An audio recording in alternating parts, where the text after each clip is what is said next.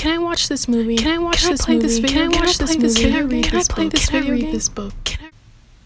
These questions have been asked by many kids time and time again, which has led to something called censorship. Due to this censorship, it has created many types of rating systems. As you may know, movies have rating systems. This allows people to know if the movie is appropriate for their 5-year-old to watch, or if only adults should be able to see certain movies. This rating allows parents to feel better about the movies they allow their kids to see. Similarly, video games also have a rating system. This is based off of violence, sexual content, and language. This rating system is geared more towards a warning of what the game contains, rather than hindering people from playing it, like the movie rating system does to people who watch movies in theaters. Recently, due to these two rating systems, many teachers and parents have introduced the idea of books having a rating system, because parents are fed up with their kids reading what they believe to be inappropriate books in schools, and teachers want to be able to choose appropriate and on-track books for their students to read more easily.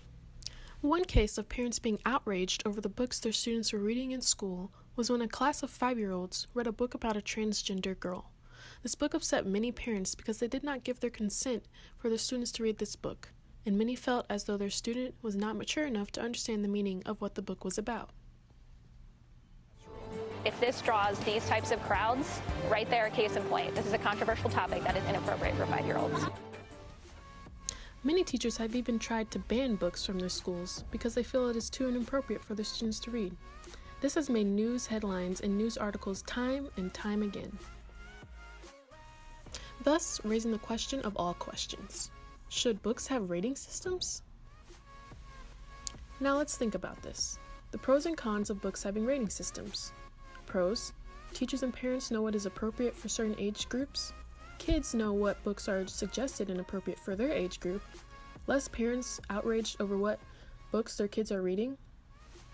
Cons: this could begin to put kids in a box for what they can and cannot read, which could then lead to kids not challenging themselves as much as they used to in the terms of reading.